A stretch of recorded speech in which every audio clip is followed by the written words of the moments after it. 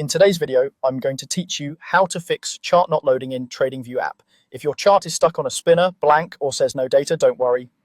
We'll walk through 3 simple checks that resolve most loading issues without changing any of your settings. Follow along in order and take a moment at each step to let the app catch up before moving on. First, open the Tradingview app and go straight to your chart. Give it a few seconds to initialize. Make sure you're actually on the chart screen, not the watch list or ideas tab.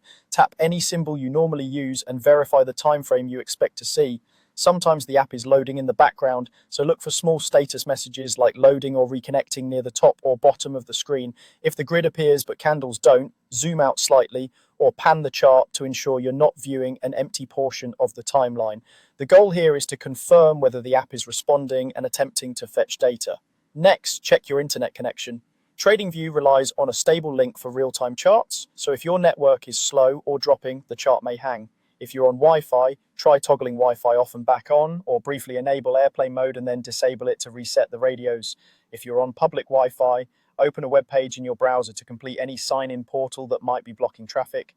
If you use a VPN, pause it temporarily, as some VPNs interfere with data streams. You can also switch between Wi-Fi and mobile data to see which is more stable. A quick speed test or loading a couple of other apps can help verify whether the internet is working as expected.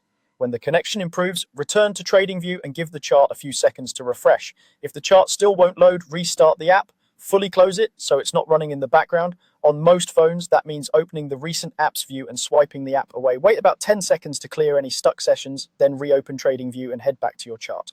On desktop, quit the app completely and relaunch. In a browser, close the tab and open a fresh one.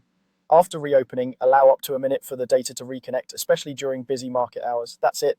Open the app and verify the chart view, ensure your connection is solid, and give the app a clean restart. These quick checks usually get your charts loading smoothly again.